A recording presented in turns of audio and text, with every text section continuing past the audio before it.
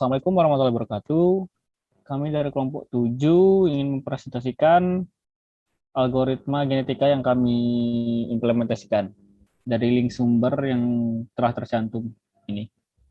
Dengan judul algoritma genetika dengan dua variabel untuk optimasi fungsi.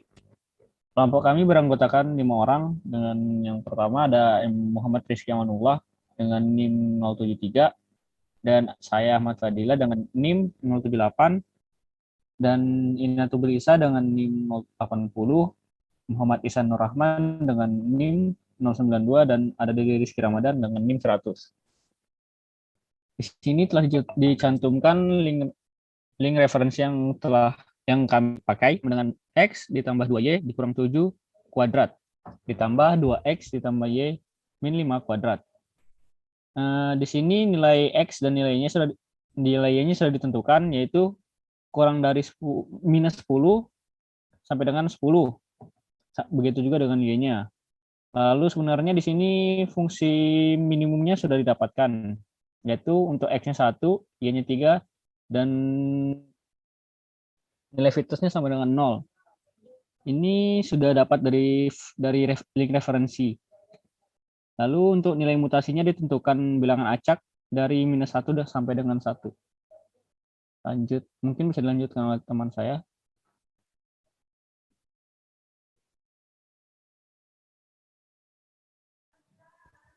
Oke, jadi untuk memulai program ini, pertama yang kita lakukan itu kita import dulu dua library. Coba di scroll ke atas dikit. Library apa aja kita pakai? Kita pakai NumPy untuk beberapa operasi matematika, sama Pandas. Salah satu contohnya Pandas buat jadikan array-nya menjadi sebuah data frame. Oke. Selanjutnya kita tetapkan dulu beberapa variabel seperti yang tadi sudah kita lihat. Untuk nilai X dan Y itu kita tetapkan kan minimalnya minus 10, lalu maksimalnya 10. Selanjutnya kita tetapkan itu jumlah kromosomnya itu ada 2, lalu jumlah kromosom di populasinya ada 5.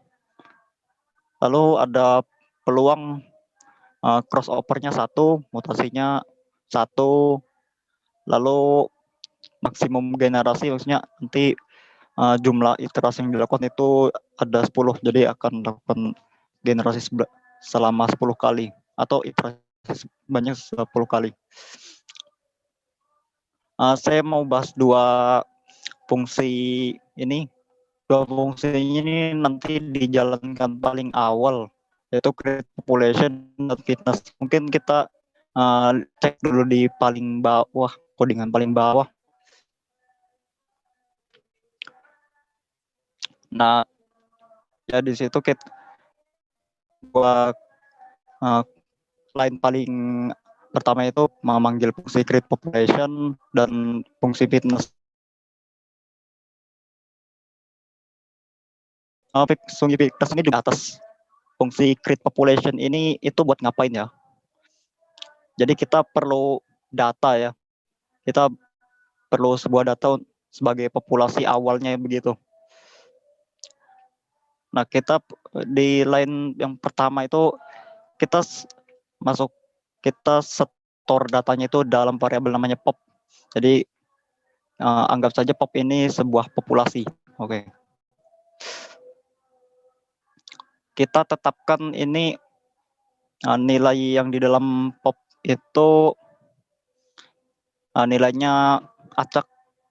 Ketika kita lihat ada fungsi random dengan parameter n sama m,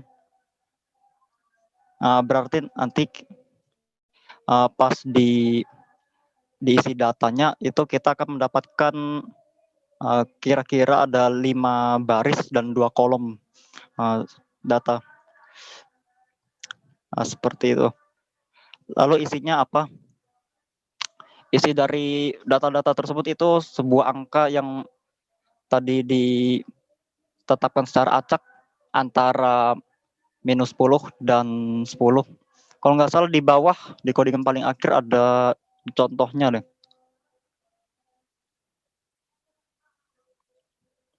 Aduh. Kayaknya di output paling awal itu ada populasi awal. Nah, di populasi awal mungkin Oke, kayaknya kita akan lihatkan nanti. Nah, setelah kita bikin datanya, setelah kita generate datanya, maksudnya data dari angka-angka acak itu, kita harus ubah dulu menjadi data frame dengan pandas. Jadi jadi lebih mudah untuk lakukan operasi bilangan, bilangan dalam array begitu. Kita tetapkan ada kolom X dan Y. Lalu fungsi ini mengembalikan data yang setelah kita bikin, populasi yang kita buat. Mungkin kita cek dulu di codingan paling bawah, di outputnya sebenarnya. Di populasi awal.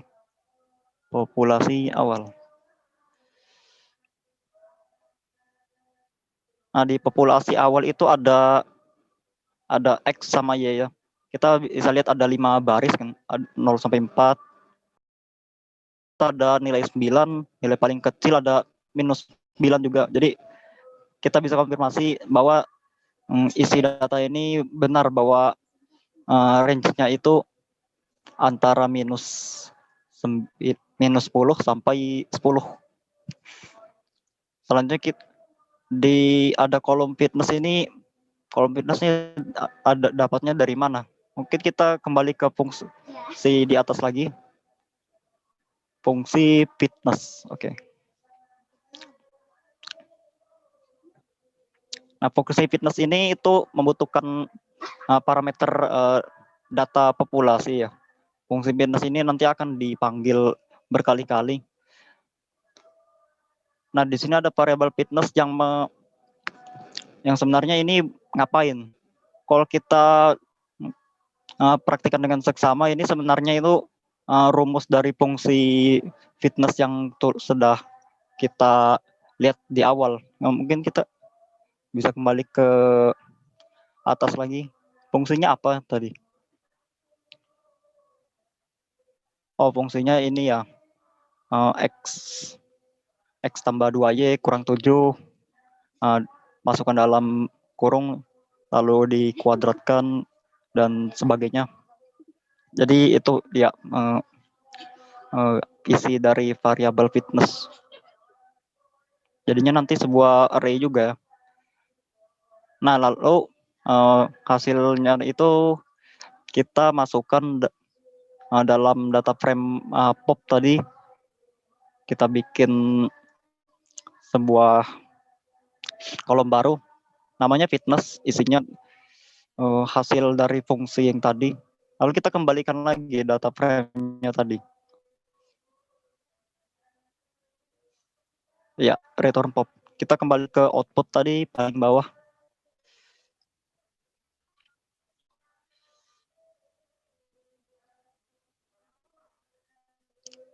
Oh, jadi kalau sebenarnya kita uji coba dengan nilai X yang ada, misalnya kalau X-nya 5,499, lalu Y-nya itu -893. Kalau kita masuk ke dalam fungsi fitness tadi, hasilnya seperti ini, 383,84. Teman-teman bisa cek, bisa uji coba sendiri, bisa hitung sendiri dengan program dengan masa yang teman-teman tahu, atau coba di Excel. Nah, fungsi yang selanjutnya ada apa lagi ya itu? Mungkin kita kembali ke codingan lagi.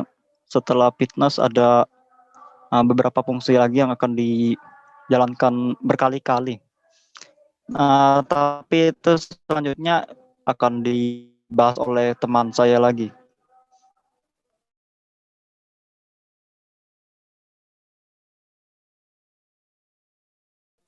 yang dimana dalam fungsi ini itu untuk merandom urutan crossover. Jadi dalam fungsi def random selection itu kita mutasikan dulu nilai dari n, yaitu nilai dari n itu adalah 5 yang dalam indeksnya adalah 0 sampai 4. Mutasikannya dengan position sama dengan np.random.commutation dalam kurung n.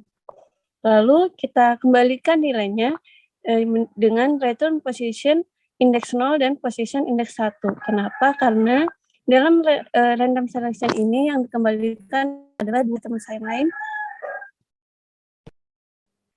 Oke, di sini adalah crossover. Jadi yang crossover ini diambil dari hasil seleksi yang di atas, random selection. Itu populasi ini data frame baru yang nilainya itu sendiri ambil dari pop di atas. Untuk perulangannya for i in range n itu sendiri 5 kromosom n-nya.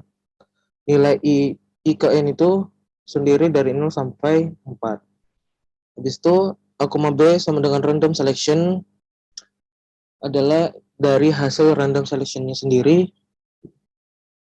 Habis itu X sama dengan pop location A tambah pop location B.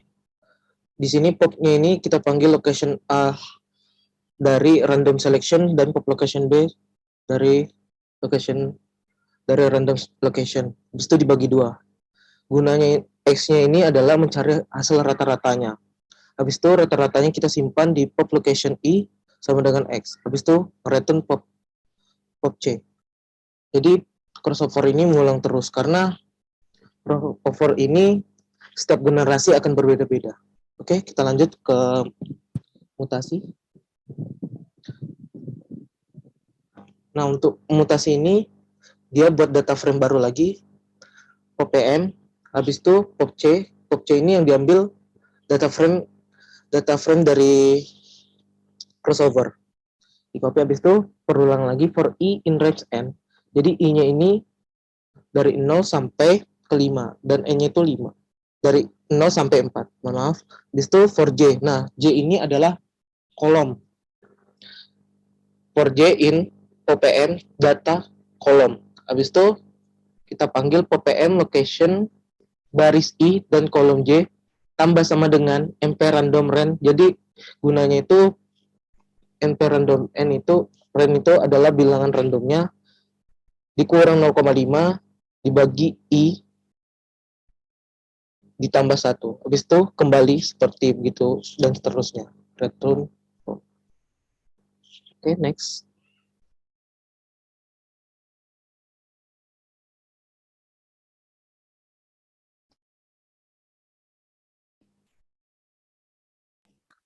Nah, lanjut. Sekarang kita masuk ke dalam fungsi def combine population, di mana fungsi ini itu untuk menggabungkan semua nilai yang didapat dari yang teman saya jelaskan tadi. Yaitu ada pop, yang dimana pop itu populasi, lalu pop C, crossover, dan pop M mutasi. Di sini ada pop al sama dengan pop.copy, ada pop al sama dengan mengappend dari crossover dan append dari pop mutasi. Nah, pop al sama dengan pop al.log duplicates ini fungsinya kalau misalnya ada yang nilainya bersifat sama, lebih dari 1, itu nanti yang diambil hanya 1 saja. Jadi satu kembalian yang sama itu nanti di-dropkan. Lalu ada popal.index di mana rank itu popal, lalu mereturn popal dari hasil yang sudah didapatkan. Lanjut. Oke, selanjutnya di sini untuk menyortir semua nilai tadi dari yang fitness terendah. Nah, ini kan ada def sort popal. Nah, popal sama dengan popal sort value itu kayak mengurutkan gitu kan by fitness. Nah, di sini kita akan menyorting gitu. Kalau di run maka dia akan terurut. Yang mana sebelumnya kan kalau di mana sih by itu apa sih? By itu berdasarkan kolom fitness. Nah, yang di mana Jadi di sini kan ada fungsi depth sort pop-al. Depth sort itu namanya data frame-nya. Nah, baru pop-al itu ditampilkan. Cara merubah indeks pop-al yaitu indeks range len pop-al. Kemudian ditampilkan lagi di buat return pop-al. Sekarang fitness-nya tuh sudah tersorting gitu. Kemudian indeksnya juga sudah diurut. Nah, maka datanya itu akan terurut gitu ya, disorting. Nah, kemudian kan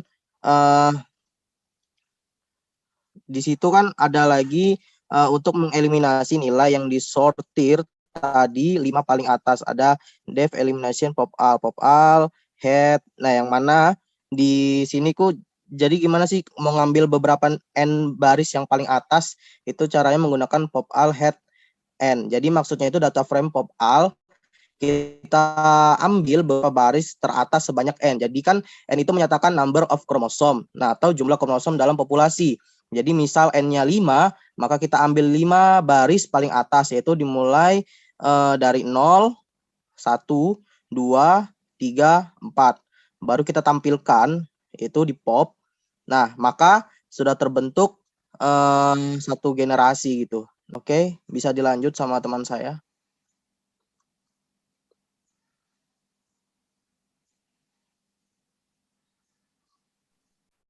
Oke. Selanjutnya di sini kita akan memanggil semua fungsi yang sudah didefinisikan di atas, yang dijelaskan teman-teman saya tadi. Yang pertama itu kita panggil pop. Pop sama dengan create population, di mana pop ini adalah populasi. Yang kita jalankan adalah fungsinya untuk kita adalah membuat populasi awal. Lalu menentukan fitness dari nilai pop yang kita acak tadi, kita namai populasi awal. Lalu di sini ada fungsi for i in range 1 n ditambah 1. Di mana nanti for perulangan ini dia akan terus berulang sebanyak n. N sendiri tadi kita definisikan di atas, n itu adalah maksimum generation atau jumlah generasinya sebanyak berapa kali. Di sini ada didefinisikan 10. Berarti perulangan yang akan jalan ini dia akan berjalan selama 10 kali.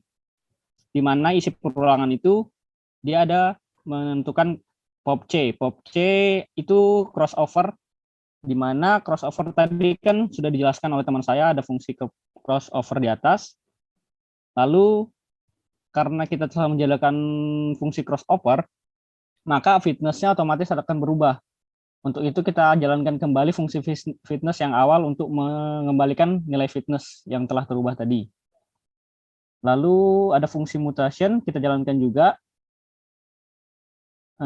Setelah menjalankan fungsi mutation, kita kembalikan lagi nilai fitness-nya menjadi nilai fitness awal yang kita panggil tadi di awal. Setelah mendapatkan nilai crossover dan mutasinya, kita menjalankan fungsi combine population atau menyatukan semua nilai yang sudah kita dapat dari populasi crossover dan populasi mutasi. Setelah kita satukan, kita akan menyortir datanya dari yang fitness-nya paling rendah.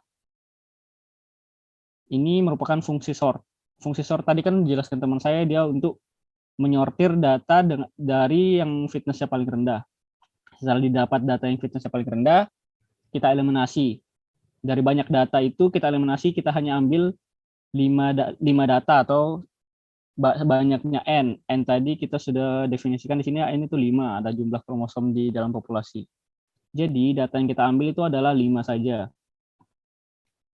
Setelah dieliminasi, dia akan di print atau dicetak datanya yang sudah kita dapat tadi. Nah, ini dilakukan selama n ini masih terpenuhi atau sebanyak 10 kali.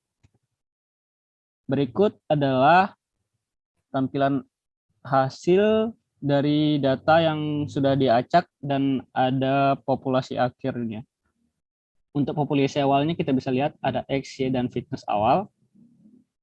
Nah, lalu untuk populasi pertama, datanya ini kita lihat masih belum sama ya nilai minimumnya dengan nilai minimum yang ditentukan di awal, yaitu 1, 3, sama dengan 0. Nah,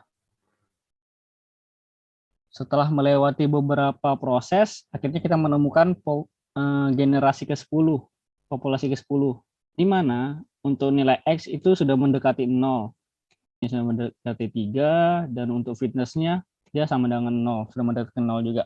Berarti kita bisa ambil kesimpulan bahwa data yang kita jalankan itu global minimum yang ditentukan di awal, di mana X sama dengan 1, Y sama dengan. Mungkin itu saja yang bisa kelompok kami presentasikan. Kurang dan lebihnya mohon maaf. Assalamualaikum warahmatullahi wabarakatuh.